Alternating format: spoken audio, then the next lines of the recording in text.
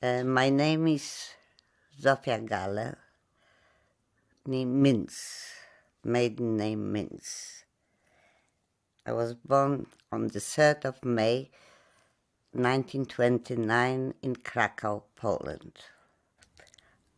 My mother was a very social party girl, as I remember. She was a very, very good-looking woman. And as I look back, she was pretty busy with herself and with her friends. That's why I had a nanny. No money worries, no shortages of anything.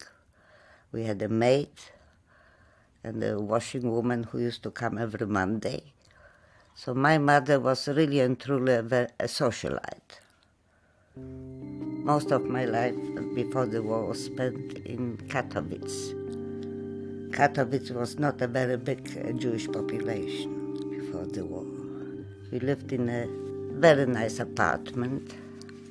I was the only child, and I had a German nanny, and German was my second language, which was used at school, in the shops, in the streets, and I spoke it at home too, very often with the nanny. We mixed a lot, because my parents knew who they were, and they kept some sort of traditions, but very little. And most of their friends were Christian. As a child, I never thought about it. Till the war, I never thought about it. I felt just like everybody else. I felt that I was different being with my grandfather, because he was a very strict Orthodox Jew. He didn't wear the long coat or didn't have a beard, but he was always in the stiff black hat and kept very, very strict household. He was a bit of a despot, I think. The last I remember was one evening I came to say goodnight to my parents. They were sitting listening to the radio, and that was the last broadcast. The Germans entered Katowice. Next morning I woke up and the whole city was covered with swastikas. Because most of the Poles in Katowice, I think they were what we called Volksdeutsche. They were more German than Poles. The city changed overnight. The restrictions came, it didn't take more than a week, and the restrictions came. That you were not allowed to some streets, trams, shops, and about, I don't remember what time it took, but we got an order to abandon our apartment, take whatever we can carry, and leave Katowice. Because Katowice was made Judenfrei, which means free of Jews. My mother got news from my father that he is in the little city, a township actually, of Końskie, where my grandfather lived. And my mother decided we join him over there. We were disguised like peasants. That was the easiest way to travel. My father was already in hiding. They built a little tiny hole behind some shelves or some door, I don't remember exactly. And my father, whenever we heard a footstep or something, my father was hiding. Then my grandfather had to join him. To begin with, the women were okay. They didn't attack women or children, but the men were in danger. They were arresting people, they were snatching them already from homes. They were hanging men without any reason whatsoever. It was enough to be a Jew. One night, when the city was completely lawless, the Germans didn't come yet, and the Russians retreated. And the Poles took revenge on the Jews. Because all the blame was with the Jews. And it was what we call a pogrom. They just smashed the doors, came wherever they could and murdered them. And a few weeks later, I think, they started transferring us to the ghetto.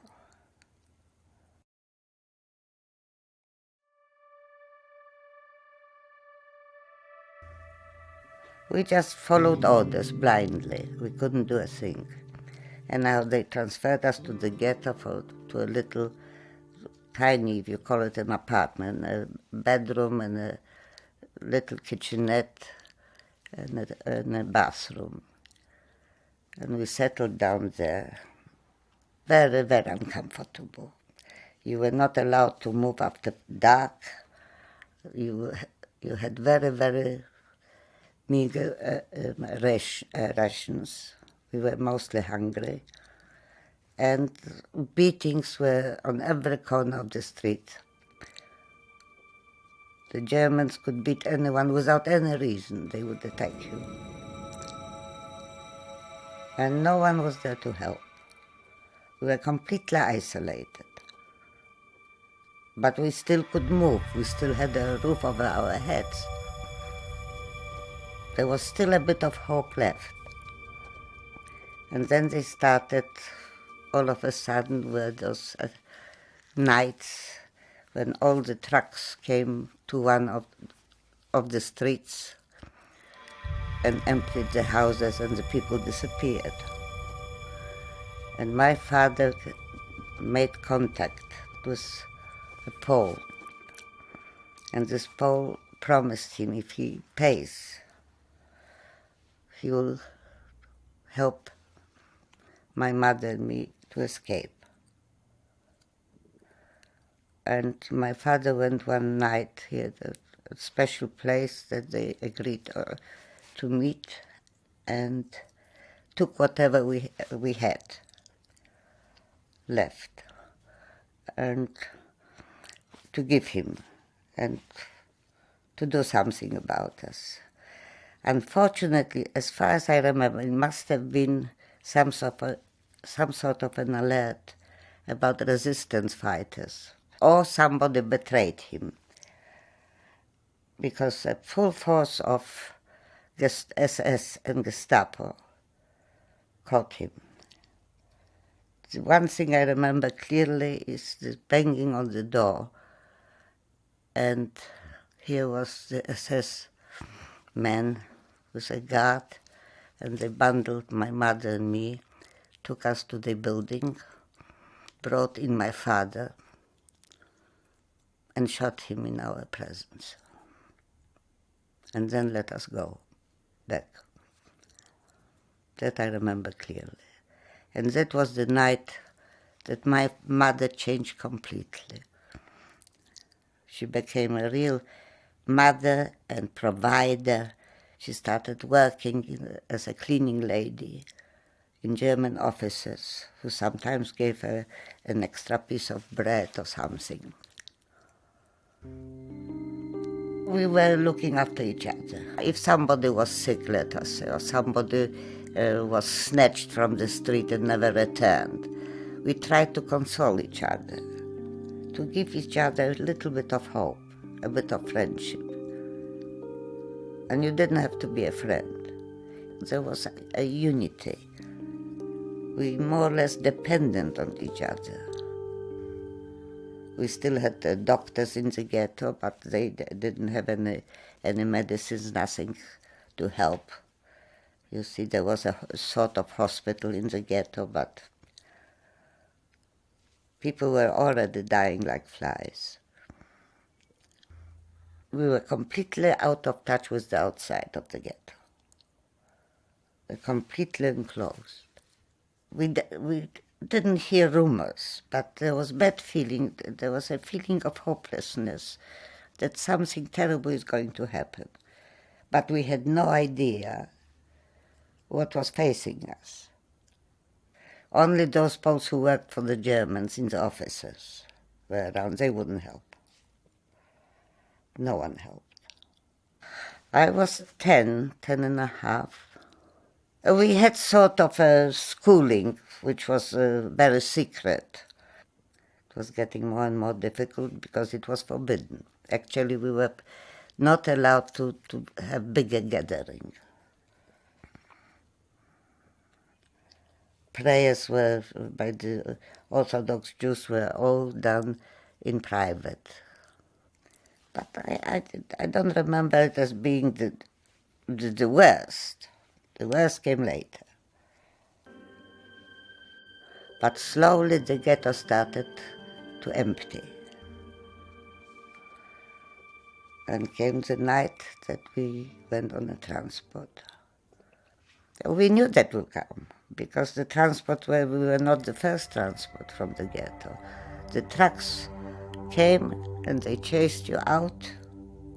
They told you to take a little suitcase. You always were prepared. They loaded you on the trucks and took us to this big gathering camp, whatever. But I don't remember where it was. And then day after day the trains came and you were sorted out. We thought we were going to labor camps to work. And came the day that my mother and I were in the queue, and they packed us into those, how do you call them? Those trunks on the train without incy-pincy window, about 80 to 90, packed like cattle, without any facilities. Locked in, and off we went. Many people died on the way. Old people, young people, children, babies. In our trunk, a mother gave cyanide to 2 babies and then swallowed some herself.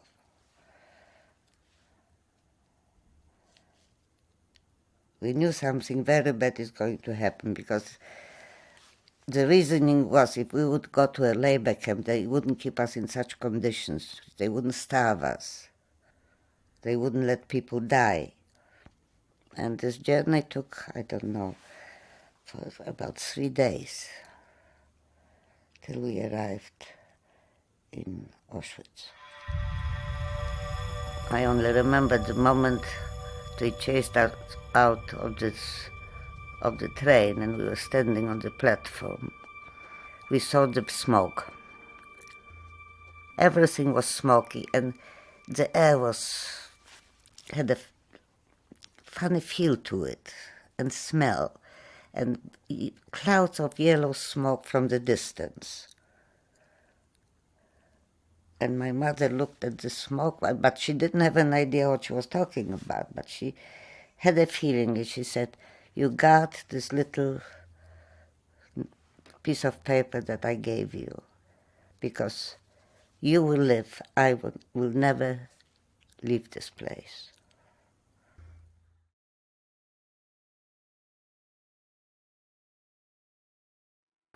And then came the segregation. All those assessmen arrived with dogs, and came the inmates from the camp in those striped suits, took away our suitcases, everything, and we stood in rows of 5.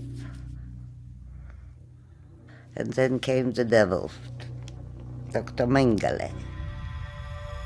At this time I didn't know who he was.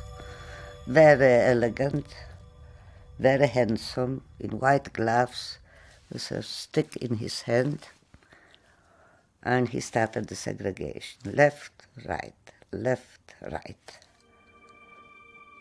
I was pretty well developed for my age.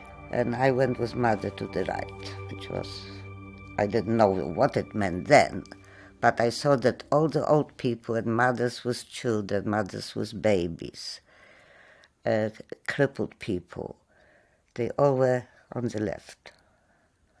And they were marched off.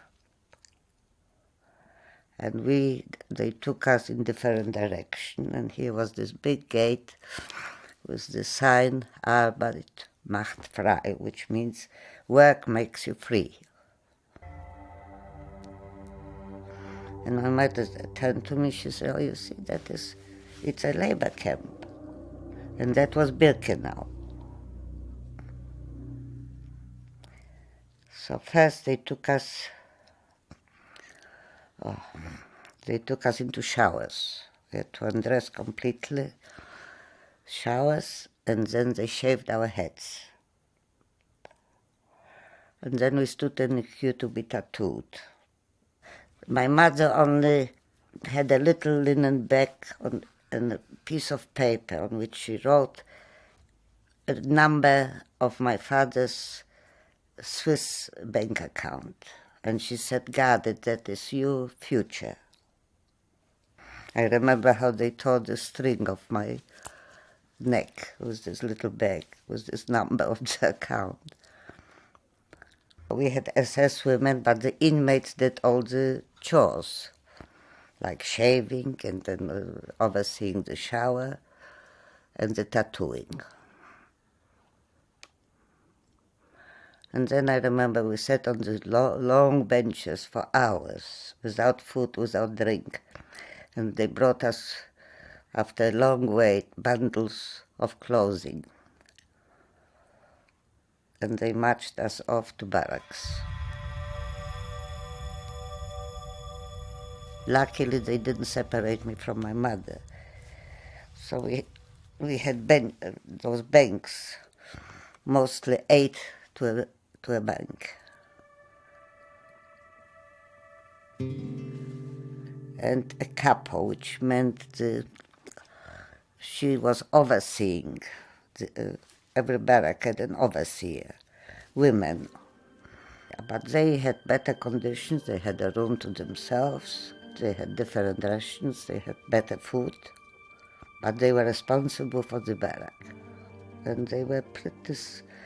I never heard of a good couple. They beat you, they punished you, they took away food if they thought you didn't deserve it.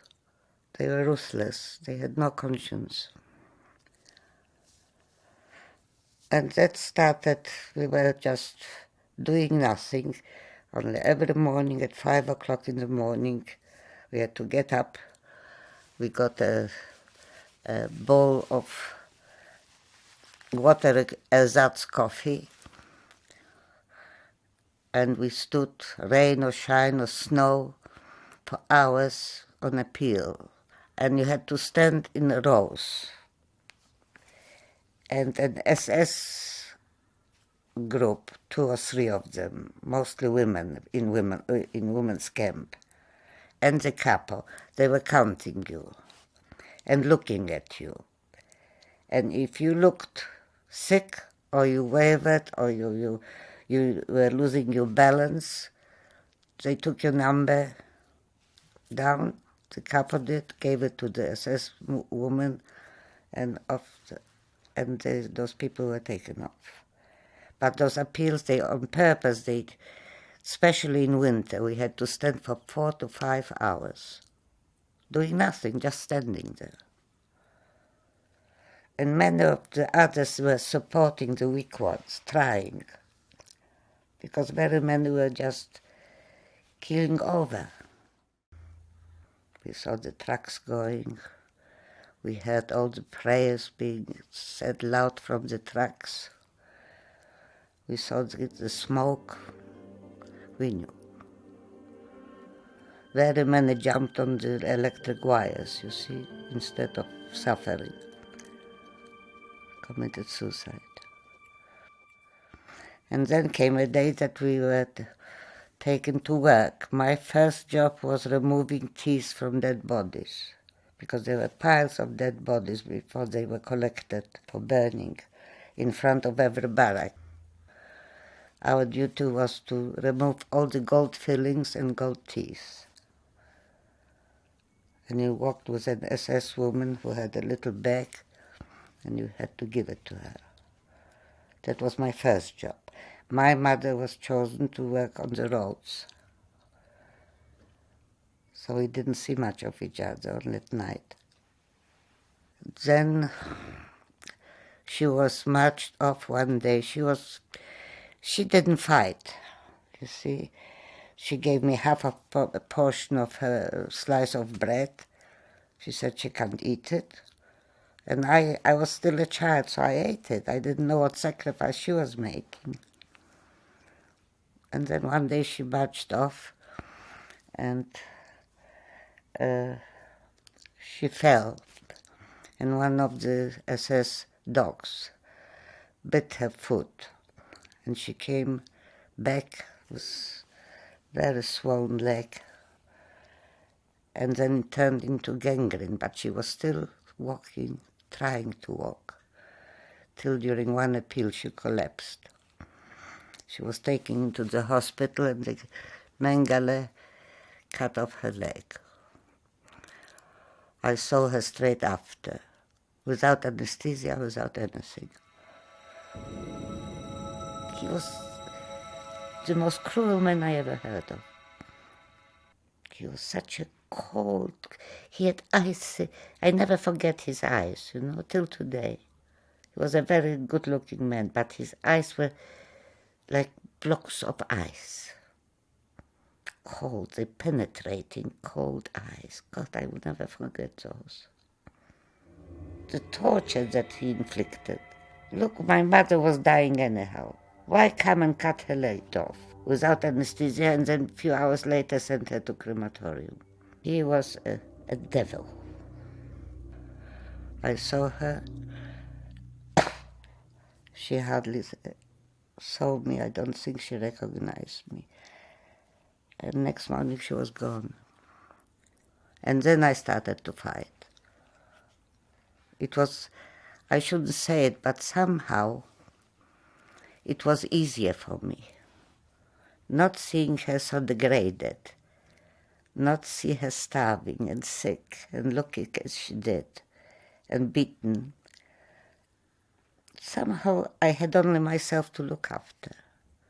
I didn't see her suffer. And somehow I think that gave me more strength. I started sneaking out by myself, raiding the rubbish bins in the middle of the night, hiding. I got tougher. I got much tougher. No one had time for each other. We were so busy looking after ourselves, fighting, stealing. If somebody died next to you on the bank, you never felt sorry for her. You just grabbed under her thin little blanket and looked if she perhaps had a piece of bread left. That's what I can't forgive them. They took all the dignity away from us. We were like animals. Whatever was human in us, they took away. And somehow I survived this period. That was the initiation. Then they chose me to work in Auschwitz proper, in the camp. And I worked for Krupp factory, making the covers for hand grenades, which was miles better than Birkenau. Birkenau was like an initiation. If you survived Birkenau, you had the hope of surviving, because the conditions were a little bit better. And then one night I was working, and in came a group of Gestapo and SS with Mengele in the middle, and he was looking at every person. I was working at a very tall machine with a big handle, and I was always small. And I had to move this handle, so I was nearly in the air, moving it. But I got used to it. It wasn't so terrible. But he stopped, looked, and called me over. And he said, "Aren't you tired? You are too small for this machine. You're too weak for this machine." And I said, I didn't take a note. Looked at my number, I had it on my uniform, put it down, and I knew what it meant. I will come back to the camp, and next appeal, I am going on a truck. So when they left, I just sat down under the machine and cried. I knew that was my last day. And the overseer of the factory was a civilian German, an elderly man, I remember. And he came and asked me what's wrong, and I told him. And he patted my shoulder, and he took my number, brought me an extra piece of bread. And I didn't take any notice of it.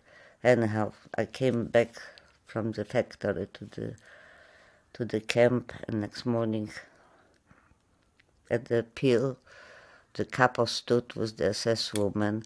They were reading out the numbers to go. They never mentioned my number. This German, the civilian, he saved my life. He probably gave the couple a pair of nylon stockings or some extra food or whatever, on the condition that she scratches my number out. 1945 it must have been, January, when the Russians were surrounding us. You could hear the bombs falling, and we went on this famous death march through the rest of Poland and Germany to Ravensbrück, which was a women's concentration camp in Germany. We passed villages, and the crowds of peasants were standing. They avoided the cities, but through the villages. Here and there somebody tried to throw something to help, but very seldom. They were just standing and looking. I don't know how long we were in Ravensbrück. I really don't. No one had energy to move anymore. You didn't work anymore. You were just lying around rotting. And then from Ravensbrück, they packed us again on the train, and I know that we stopped in Hamburg. And Hamburg was under a bombing raid. And they locked us in, and the German guards went to bunkers. And then we landed in some small little camp, those that survived. Very few of us survived. 80% died on the way. I couldn't think anymore. I was so weak. I just gave up then. By then I really and truly didn't think. I think that death at this moment would have been welcome. I didn't feel alive. I was just a corpse. I couldn't think. That's when we killed a cat and ate a cat.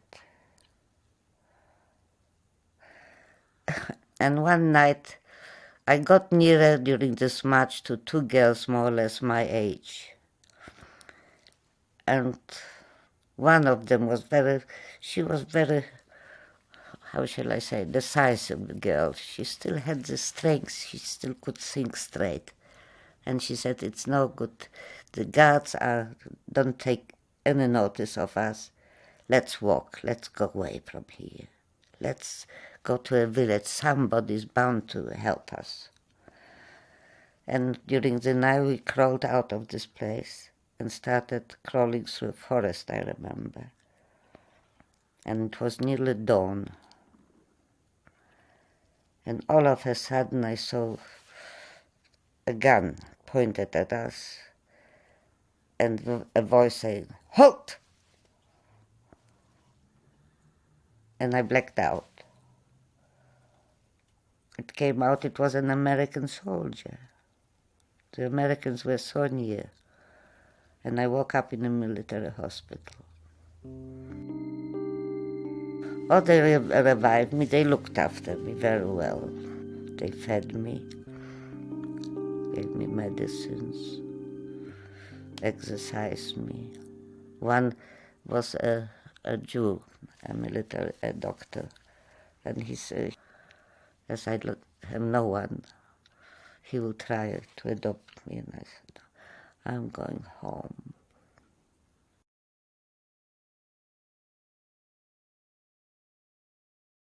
As I got back my strength, I don't remember how long I was in this hospital. We started walking, 4 others and I, towards Poland. And those were the days that I started stealing. I was perfect at stealing. I was the smallest one. So I used to wriggle into an abandoned farmhouse and steal whatever I could. Sometimes some things from the washing line. And we walked at night, because during the day the Russians were everywhere and they were a danger to girls. And I remember I boarded a train or bus or something. I don't remember how I arrived back in Katowice. And I went straight away to home. And I crawled up those stairs and knocked on the door, and a woman, and I looked like terrible, you can imagine, opened the door and shut it in my face. A stranger, of course. I only had a glimpse, and I saw a piece of the carpet I remembered from my childhood. And that night I spent in the doorway. And there I crawled out, and somebody on the street gave me a few cents, and I bought myself a roll and went to the main street, I remember, and sat down on the bench and started nibbling on the roll. And I didn't think what will happen to me. I just couldn't. And suddenly, out of the blue, somebody came near me, looked at me, said, Zosia, that was my Polish name, Zosia. And that was a friend of my parents, a Pole, also a doctor. And he took me in for a few days and told me that some far cousins, I said, great aunt of mine, and her family survived, and they live a few streets away. And he contacted them. They took me in, and it was dreadful. They were very unkind. I was again, instead of taking care of me, I was a maid. Only when they had visitors, they gave me one proper dress and introduced me as the survivor, as the only member of the family who survived. All for show. I stayed for a very short while. Then they opened a Jewish council in the next city. And they opened an orphanage, a Jewish orphanage, for all those orphans that were scattered around. And I applied. And they took me in. It took me a long time to become more or less normal. Long time. First, everybody was an enemy. You see, I didn't trust anyone. I was 16, and I started school. But first they had to treat me for the scurvy, and they waited a bit till my hair started growing again. And then I had those embedded lice, as I said, in my body. So that had to be all cured. But they took great care of me. But then UNRWA stepped in. And they said, do you want to stay or do you want to go? And I chose to leave Poland and go to Palestine. They helped me. They took me to a displaced persons camp in Marseille, where we waited for transport. And then I discovered on arriving in Haifa that somebody was waiting for me. And it was a cousin that I never knew that survived. And she was a nurse. So she took me in. So then they started recruiting people for the army. I was one of the first ones. And that was then I started opening, not talking about what I went through, but I started feeling normal again. Wasn't a charity case. I was independent. They treated me like everybody else. No one looked with pity on me. I started learning the language. I got one job after another job. I started dating. I started going out. The army brought me back to life, really and truly. It was a very quick engagement, 6 weeks engagement. Then we got married. We understood each other so well. And I looked at him and I saw only kindness and warmth. Never regretted it, not for a second. I had hate in me for what happened. Lots I was bitter inside me, but the memories were completely buried in me. Till I came to New Zealand, and my husband forced me to go before I had children. He said, we can't raise a family with all this buried inside you. If you can't open up, we will find you help. And I went to a psychiatrist. The children were far away from it. I stopped thinking about it. I lived their lives. They filled my life, you see. My husband and my children filled my life. So those things were further and further away. They never went away completely. They always with me. But I didn't think about them day after day, night after night. I wasn't obsessed by them as I was in the beginning. And this feeling of this bitterness and hate also subsided. I have 2 sons that I'm very, very proud of. They did a lot of good for New Zealand and for the family and for themselves, I think. They are 2 wonderful sons. And I'm lucky enough to have 2 daughters-in-law who like me, which helps. And 4 great-grandchildren. They're wonderful.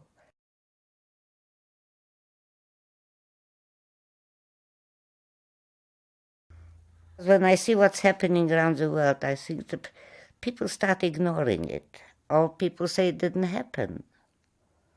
I think, especially the young generation, that is part of history. Unfortunately, it did happen, and it should be remembered. And it shouldn't be repeated, which can easily be. The way when you listen to the news now, today, it can easily happen again. People should learn that everybody is equal, that people are the same, that in every ethnic group, in every religious group, there are good people and bad people. You don't put everybody under the umbrella, I don't like Muslims, I don't like Jews. Have a free, open mind. You see, I spoke to a young German student I met a few years ago. I was in the South Island. He was a backpacker, a very nice guy. And he saw my number. And he said, oh my God. And he started crying.